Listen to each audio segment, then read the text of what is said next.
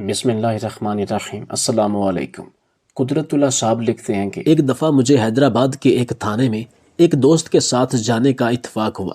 وہاں کے SHO محمد الیاس نے مجھے بہت عزت دی اور باتوں باتوں میں ایک ایسی بات چھیڑ دی کہ مجھے ایسا لگا کہ میں کوئی فلم دیکھ رہا ہوں۔ ایک آدمی اپنی بیوی سے جان چھڑانا چاہتا تھا مگر اسے موقع نہیں مل رہا تھا۔ وہ ایک ایسے موقع کی تلاش میں تھا کہ بیوی بھی کسی ٹھکانے لگ جائے اور کسی کو شک بھی نہ ہو۔ ایک دن وہ اپنی بیوی کو ایک پارک میں گھمانے لے گیا تاکہ کچھ ہوا خوری ہو جائے۔ پارک میں گھمانے کے بعد چہل قدمی کرتے ہوئے وہ ایک نہر کے کنارے آیا۔ شام ہو چکی تھی اور اندھیرا چھانے لگا تھا۔ ویرانی دیکھ کر اس نے اپنی بیوی کے سر میں زور سے ڈنڈا مارا اور جب وہ بے ہوش ہو کر گر پڑی تب اس کے ساتھ ایک وزنی پتھر باندھ کر نہر میں دھکا دے دیا اور پھر وہاں سے فرار ہو گیا اور گھر جا کر سو گیا۔ ایک دیہاتی کی بھینس اسی نہر میں نہا رہی تھی اور دیہاتی کا چالاک بیٹا بھینس کی دم پکڑ کر اس کے پیچھے پیچھے تیر رہا تھا۔ بھینس اور وہ لڑکا دونوں ٹھنڈے پانی سے لطف اندوز ہو رہے تھے۔ اچانک بھینس نے نہر کے اندر ڈبکی لگائی تو اچانک میں نے SHO الیاس سے کہا کہ آپ مجھے تفصیل سے بتائیں تو وہ کہنے لگا یہاں چھوٹا سا ایک قصبہ سمن پور تھا۔ ارد گرد کے گاؤں کے رہنے والے اسے شہر کہتے تھے۔ اس قصبے میں سے ایک پکی سڑک اور ریلوے لائن گزرتی تھی۔ یہاں ریلوے اسٹیشن بھی تھا۔ ایک روز اس قصبے کا ایک آدمی تھانے آیا۔ اس کے ساتھ اس کا بیٹا بھی تھا جس کی عمر 14-15 سال ہوگی۔ اس نے بتایا کہ اس کی جوان بیٹی لاپتہ ہے۔ میرے ذہن میں پہلا خیال یہ آیا کہ کسی کے ساتھ بھاگ گئی ہوگی، لیکن اس نے یہ کہہ کر مجھے حیران کیا کہ لڑکی شادی شدہ ہے اور اپنے خاوند کے گھر سے لاپتہ ہے۔ میں نے اسے کوئی گھریلو جھگڑا سمجھ کر ارادہ کیا کہ رپورٹ نہیں لکھوں گا۔ اگر یہ دونوں گھروں کا آپسی جھگڑا ہوا تو ان کی صلح صفائی کرا دوں گا۔ میں اسے جھگڑا اس لیے سمجھ رہا تھا کہ لڑکی اپنے خاوند کے گھر سے لاپتہ ہوئی تھی، لیکن رپورٹ لکھانے خاوند ساتھ نہیں آیا تھا۔ میں نے اس سے پوچھا کہ آپ کی بیٹی کا خاوند اس کے ساتھ کیوں نہیں آیا؟ اس شخص نے کہا کہ مجھے شک ہے میری بیٹی اسی نے غائب کی ہے۔ اس بارے میں اس نے جو تفصیل بتائیں اس کے مطابق اس کی بیٹی اس کے خاوند کی دوسری بیوی تھی۔ اس کا نام چودھری امتیاز تھا۔ چودھری امتیاز نے 8-9 سال پہلے شادی کی تھی لیکن اولاد نہ ہوئی۔ اولاد کی خاطر اس نے دوسری شادی کی۔ لڑکی کے باپ نے رشتہ دینے کا وعدہ کر لیا۔ یہ مجھے بعد میں پتہ چلا کہ اس نے اپنی 18 سالہ بیٹی کا رشتہ 35 سالہ عمر کے آدمی کو صرف اس لیے دیا کہ اس آدمی کے مالی حالات بڑے اچھے تھے اور وہ جس مکان میں رہتا تھا وہ مکان اس کا اپنا تھا۔ وہ اپنے ماں باپ سے الگ رہتا تھا۔ اس کے خاندان کی ایک بڑی حویلی تھی۔ چودھری امتیاز نے رشتہ لینے کی یہ شرط رکھی تھی کہ وہ اپنی پہلی بیوی کو طلاق نہیں دے گا۔ لڑکی کے ماں باپ اپنی بیٹی کا رشتہ امتیاز کو نہیں بلکہ اس کی اچھی آمدنی اور مکان کو دے رہے تھے، اس لیے انہوں نے امتیاز کی یہ شرط منظور نہ کی اور کہا کہ پہلے وہ اپنی پہلی بیوی کو طلاق دے اور یہ شرط بھی رکھی کہ مکان ہماری لڑکی کے نام کر دے تو اپنی بیٹی کا رشتہ امتیاز کو دیں گے۔ امتیاز کو اولاد کے لیے دوسری بیوی کی ضرورت تھی۔ یہ لڑکی کافی خوبصورت اور جوان تھی، اس لیے امتیاز نے لڑکی کے ماں باپ کی یہ شرائط مان لی۔ امتیاز نے پہلی بیوی کو طلاق دے دی اور اس آدمی کی بیٹی سے شادی کی۔ مکان بھی لڑکی کے نام کر دیا۔ باپ کی رپورٹ کے مطابق اس کی بیٹی نیک، سلیقہ شعار، بے زبان اور غلاموں کی طرح زندگی گزارنے والی تھی۔ اس نے اس شادی کو دل سے قبول کیا اور خاوند کی خدمت اور فرمانبرداری میں کوئی کسر نہ چھوڑی، مگر امتیاز لڑکی کو میکے نہیں جانے دیتا تھا۔ شادی کو 1 سال ہوا تھا۔ امتیاز نے 1 سال میں صرف 2 مرتبہ لڑکی کو میکے جانے کی اجازت دی تھی، وہ بھی 1 دن کے لیے۔ لڑکی کے ساتھ امتیاز کا سلوک کچھ اچھا نہیں تھا۔ اس نے یہ اجازت دے رکھی تھی کہ لڑکی کے والدین اور بھائی اس کے گھر آ کر اس سے مل سکتے ہیں۔ دونوں کے گھر اسی قصبے میں تھے اور دور دور تھے۔ امتیاز کا رویہ میرے لیے قابل فہم تھا۔ اس نے دراصل مکان کے عوض لڑکی خریدی تھی۔ لڑکی اب اس کی ملکیت تھی۔ لڑکی کے ماں باپ نے اس سے جو قیمت مانگی تھی وہ اس کو مل گئی تھی۔ لڑکی کے باپ نے بتایا کہ 7-8 دن گزرے، اس کی بیوی یعنی امتیاز کی ساس امتیاز کے گھر اپنی بیٹی سے ملنے آئی۔ گھر میں امتیاز اکیلا تھا، لڑکی نہیں تھی۔ ماں نے اپنی بیٹی کے متعلق امتیاز سے پوچھا تو اس نے کہا کہ وہ محلے میں کسی گھر میں گئی ہے۔ ماں انتظار کرتی رہی، اس کی بیٹی واپس نہ آئی۔ امتیاز نے ساس سے 3-4 بار کہا کہ وہ واپس چلی جائے، اس کی بیٹی آ جائے گی تو وہ اسے اس کے گھر میکے بھیج دے گا۔ ماں انتظار کر کے واپس چلی گئی، لڑکی جب ماں کے گھر نہ آئی تو ماں نے دوسرے روز لڑکی کے چھوٹے بھائی کو بہن کے گھر بھیجا۔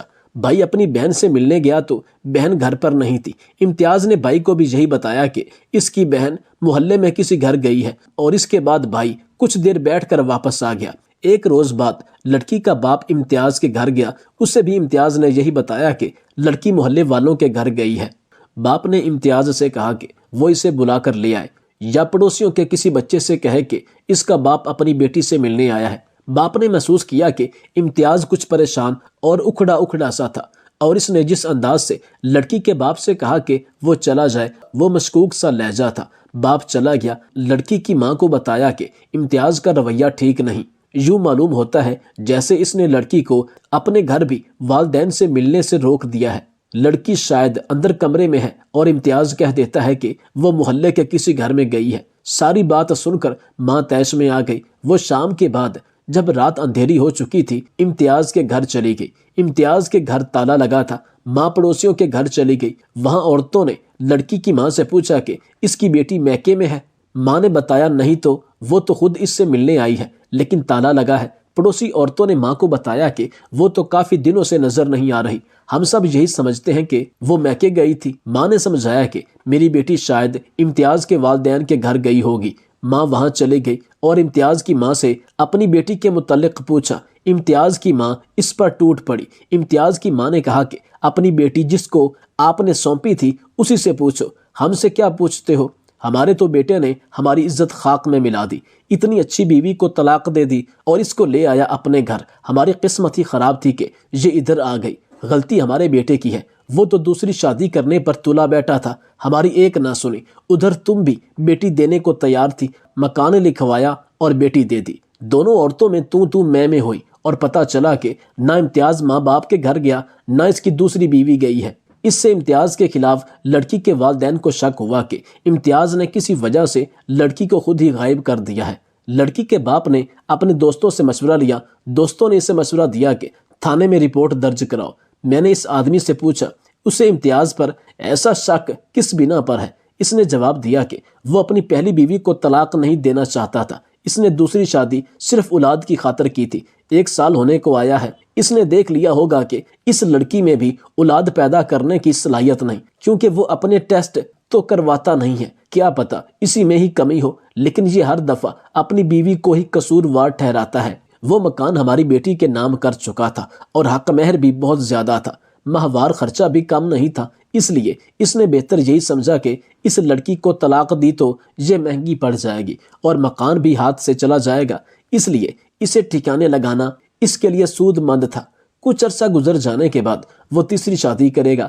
مجھے یہ سب کچھ گھریلو لڑائیوں جیسا کوئی ڈرامہ نظر آ رہا تھا، کیونکہ کسی لڑکی کو غائب کر دینا یا قتل کر دینا آسان کام نہیں۔ میں نے رپورٹ درج کرنے کی بجائے امتیاز سے بات کرنا بہتر سمجھا۔ میں نے ایک کانسٹیبل کو سادہ لباس میں امتیاز کے پتے پر بھیجا کہ کسی کو بتائے بغیر اسے تھانے لے آئے۔ امتیاز کے سسر اور اس کے بیٹے کو میں نے دوسرے کمرے میں بٹھا دیا۔ امتیاز کا گھر زیادہ دور نہیں تھا۔ آدھے گھنٹے بعد کانسٹیبل آ گیا۔ کانسٹیبل نے مجھے بتایا کہ امتیاز نہیں ملا۔ اس کانسٹیبل نے باریک کپڑے کی قمیض پہن رکھی تھی۔ جیسے ہی میری نظر اس کی جیب پر پڑی، 500 روپے کا ایک نوٹ باریک کپڑوں میں نے جیب سے دیکھ لیا تھا۔ میں نے کانسٹیبل کی جیب سے نوٹ نکال لیا اور اسے کہا کہ دوبارہ جاؤ اور امتیاز کو ساتھ لے آؤ، واپس آ کر مجھ سے یہ نوٹ لے لینا۔ میں نے اس کی بددیانتی پکڑ لی تھی۔ میں نے غصے کا اظہار نہ کیا اور چپ چاپ چلا گیا۔ آدھے گھنٹے سے بھی کم وقت میں وہ امتیاز کو لے آیا۔ میں نے کانسٹیبل کے سامنے امتیاز سے پوچھا کہ وہ پہلے کیوں نہیں آیا۔ امتیاز نے کہا کہ وہ گھر میں نہیں تھا۔ میں نے 500 روپے کا نوٹ امتیاز کی طرف بڑھا کر کہا کہ پولیس کو دھوکہ دے رہے ہو، کتنی بار تم یہ پیسے دیتے، آخر ہتھ کڑیوں میں جکڑے ہوئے یہاں آ جاتے۔ یہ لو اپنے 500 روپے۔ کانسٹیبل کا چہرہ زرد ہو گیا۔ میں نے اسے گھورا اور وہاں سے چلے جانے کا اشارہ کیا۔ پھر میں نے امتیاز کو اپنے سامنے بٹھا کر پوچھا کہ تمہاری دوسری بیوی کہاں ہے؟ اس کا جواب صرف یہی تھا کہ اس کا رنگ بدل گیا، آنکھیں ٹھہر گئیں، ہونٹ کھل کر کانپنے لگے۔ میرے حوصلے دینے پر بھی اس کے منہ سے بات نہ نکلی۔ میں نے پوچھا تم تھانے کیوں نہیں آ رہے تھے؟ کانسٹیبل کو پیسے دے کر یہ کیوں کہلوایا کہ جاؤ کہہ دینا میں گھر نہیں۔ اس کی حالت اور زیادہ بگڑ گئی۔ میں نے کہا کہ کہہ دو کہ بیوی محلے میں کسی کے گھر گئی ہوئی ہے۔ وہ چپ رہا۔ اس نے کانسٹیبل کو جو نوٹ دیا تھا وہ اس کی گرفتاری کا وارنٹ تھا۔ اس کا مطلب یہ تھا کہ وہ پولیس کو ٹالنے کی کوشش کر رہا تھا۔ یہ بلا وجہ نہیں ہو سکتا۔ میں نے امتیاز سے کہا کہ تم ایک رات حوالات میں گزار دو، کل صبح تک میرا خیال ہے کہ تم بولنے کے قابل ہو جاؤ گے۔ وہ اس طرح بدکا جیسے کسی نے بجلی کی ننگی تار اس کے جسم پر لگا دی ہو۔ وہ خوف میں مبتلا ہو گیا تو اس نے ڈر سے میرے دونوں ہاتھ پکڑ لیے کہ میں اسے اس حوالات میں بند کرنے کو اٹھا ہوں۔ اس نے پہلے سر ہلایا، پھر سسکی لینے کے بعد بولا، ذرا بیٹھ جائے، میری بات سن لے، میں مجرم نہیں، مظلوم ہوں۔ اس کی آنکھوں میں آنسو بہنے لگے۔ میں نے اسے بٹھایا اور خود بھی بیٹھ گیا اور کہا، یہ پولیس اسٹیشن ہے جہاں تو پتھر بھی بول پڑتا ہے کہ اسے فلاں آدمی نے اٹھا کر فلاں آدمی کے سر پر مارا تھا۔ اگر تم مجرم ہو تو سب کچھ بتاؤ، اگر مظلوم ہو تو میں تمہاری مدد کروں گا۔ تم سوچ بھی نہیں سکتے، میں نے آگے ہو کر رازداری سے کہا، اگر اپنا جرم مجھے پریشان کیے بغیر سنا دو گے فائدے میں رہو گے، میرے ساتھ دوستی کر لو۔ میرا خیال ہے کہ تم نے مظلوم ہو کر جرم کیا ہے، مجھے ایسے آدمی کے ساتھ بہت ہمدردی ہوتی ہے۔ پھر میں نے آہستہ سے پوچھا کہ بیوی کو قتل کر دیا؟ وہ ہڈ بڑھا کر بولا، نہیں، وہ تو خود بھاگ گئی، مجھے دھوکہ دیا۔ میں نے کہا، لیکن میں نے تو سنا ہے کہ وہ بڑی نیک لڑکی تھی اور اس نے تمہیں دل سے قبول بھی کیا تھا۔ وہ بولا، میری پہلی بیوی فرما بردار اور نیک تھی، یہ دوسری بیوی تو اصل شیطان تھی۔ میں اسے نیک فرما بردار سمجھتا تھا، لیکن اس نے پہلے 1 ماہ اپنی حرکتوں سے ثابت کر دیا کہ یہ میرے گھر اور میری ذات میں کوئی دلچسپی نہیں لیتی۔ میں نے اپنا مکان اس کے نام کر دیا تھا اور روپیہ پیسہ بھی دیتا تھا تاکہ وہ خوش رہے، بڑے قیمتی کپڑے دیتا رہا، مگر اس کا رویہ میرے خلاف رہا اور دن بدن بگڑتا رہا۔ شادی کو 3 ماہ کے بعد اس نے مجھے یہ الفاظ کہہ دیے کہ میں نے آپ کو دل سے قبول نہیں کیا، میں ماں باپ کے حکم کی فرما بردار تھی اور ان کا حکم مانا۔ وہ یہ بھی کہتی تھی کہ میں آپ کو اولاد نہیں دے سکتی۔ میں نے اس کی ماں اور باپ سے بھی کہا کہ وہ اسے سمجھائیں، ورنہ میں مکان کی رجسٹری اپنے نام کروا لوں گا۔ اس کی ماں نے کہا، مکان کی رجسٹری تو اس کے پاس ہے، اب یہ کاغذات نہیں مل سکتے۔ میں نے دیکھا کہ اس عورت یعنی ساس کا رویہ بھی دشمنوں والا تھا اور وہ اپنی رجسٹری اپنے قبضے میں لے رہی تھی۔ میرے سسر کا رویہ کچھ بہتر تھا، لیکن ماں بیٹی پر اس شخص کا کوئی اثر نہیں ہوتا تھا۔ اولاد کی خاطر ان کے جال میں پھنس گیا تھا۔ میں نے طلاق دینے کا سوچا تو خیال آیا کہ مکان بھی دے چکا ہوں، حق مہر بھی زیادہ ہے۔ میں نے غصے میں آ کر اس کی پٹائی شروع کی۔ کوئی 15-16 روز پہلے کی بات ہے کہ صبح جاگا تو بیوی نہیں تھی۔ غسل خانے میں دیکھا، پورے گھر میں دیکھا، لیکن سمجھ نہیں آ رہی تھی کہ وہ کہاں چلی گئی۔ میں نے ارادہ کر لیا کہ خود گئی ہے اور خود ہی واپس آئے گی، میں اس کے پیچھے نہیں جاؤں گا۔ میں نہ گیا۔ 5-6 روز بعد اس کی ماں آئی۔ وہ آتی رہتی تھی، پیشتر اس کے کہ میں اس سے پوچھتا کہ اس کی بیٹی کہاں ہے۔ اس نے مجھے یہی سوال کیا کہ وہ اپنی بیٹی کے لیے کھانے کی کوئی چیز بنا کر لائی تھی۔ میں نے اپنی ساس کی باتیں غور سے سنی۔ اس کے لہجے انداز میں مجھے کوئی شرارت نظر نہیں آئی، لیکن اس عورت پر میرا کوئی اعتبار نہیں تھا۔ میں نے اسے کہہ دیا کہ اس کی بیٹی محلے میں کسی کے گھر گئی ہوئی ہے۔ وہ کچھ دیر انتظار کر کے چلی گئی۔ دوسرے دن اس کا بھائی آ گیا، وہ بھی اپنی بہن سے ملنے آیا تھا۔ میں نے اسے بھی بتا دیا کہ وہ محلے میں کسی کے گھر گئی ہے۔ باتوں باتوں میں نے اسے پوچھا کہ اس کی بہن اپنے گھر کب گئی تھی۔ وہ 14-15 سال کا لڑکا تھا، میری باتوں میں آ گیا۔ اس نے 2 ماہ کا بتایا کہ اس کی بہن 2 ماہ پہلے ہمارے گھر آئی تھی۔ مجھے شک یہ تھا کہ اس کی ماں بڑی چالاک ہے، اس نے اپنی بیٹی کو مجھ سے چوری چھپے اپنے گھر میں بلا کر چھپا لیا ہے اور یہ اس کی خطرناک چال ہوگی۔ مگر لڑکے سے پتہ چلا کہ اس کی بہن ماں باپ کے پاس نہیں تھی، وہ بھاگ گئی تھی اور بھاگنے کی وجوہات بڑی صاف ہے۔ اس نے مجھے دل سے قبول نہیں کیا تھا، میں اس پر سختی کرتا تھا، اسے مارتا پیٹتا بھی تھا۔ لڑکی ہوشیار طبیعت کی اور تیز تھی، اسے بھاگنے میں اس کی ماں کا ہاتھ بھی ہو سکتا ہے۔ ان لوگوں نے مجھ سے مکان اپنی لڑکی کے نام لکھوا لیا ہے۔ اگلے روز اس کا باپ آیا، وہ بھی بیٹی سے ملنے آیا تھا۔ اس کے چہرے سے یہ پتہ چلتا تھا کہ اسے مجھ پر شک ہے۔ اس نے اسے بھی یہی بتایا کہ اس کی بیٹی محلے میں کسی کے گھر گئی ہے۔ تو باپ نے کہا کہ تم کہہ کیوں نہیں دیتے کہ ہمیں اپنی بیٹی سے ملنے کی اجازت نہیں؟ اس کی ماں اور بھائی آیا، اب میں آیا ہوں، تم سب کو یہی جواب دے رہے ہو کہ وہ محلے میں کسی گھر گئی ہے، تو شام تک میں یہیں بیٹھا رہوں گا، اس کے ملنے کے بعد ہی جاؤں گا۔ امتیاز نے بزرگ کے جب یہ الفاظ سنے تو تھوڑا پریشان ہوا، مگر سب سے زیادہ اس کی پریشانی میں تب اضافہ ہوا جب نہر سے اس کی بیوی کی لاش برآمد ہوئی۔ اب معاملہ کھل کر پولیس کے سامنے آ چکا تھا۔ امتیاز کو پولیس پکڑ کر لے گئی۔ اس بار سخت جسمانی ریمانڈ کیا۔ 2 سے 3 دن جسمانی ریمانڈ جاری رہا۔ جب امتیاز مزید تکلیف برداشت نہ کر پایا تب سچ اگلنے لگا۔ امتیاز نے اس بات کا اقرار کیا کہ وہ اپنی بیوی سے جان چھڑانا چاہتا تھا۔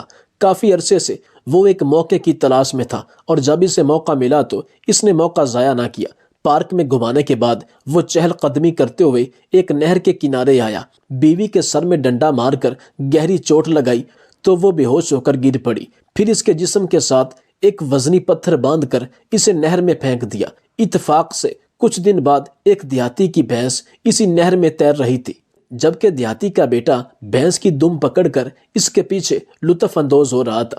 بھینس نے پانی میں ڈبکی لگائی تو دیہاتی کا بیٹا بھی نیچے آیا پانی کے اندر۔ اس نے عورت کی لاش دیکھی تو خوف زدہ ہوا۔ اس نے جا کر اپنے باپ کو سب بتایا۔ لاش کی حالت خراب تھی لیکن پھر بھی شناخت ہو گئی۔ امتیاز کے گھر والوں نے صلح کرنے کی کوشش کی مگر مقتول کے وارثوں نے صلح کرنے سے انکار کر دیا۔ امتیاز آج بھی جیل کی سلاخوں کے پیچھے سزائے موت کا انتظار کر رہا ہے۔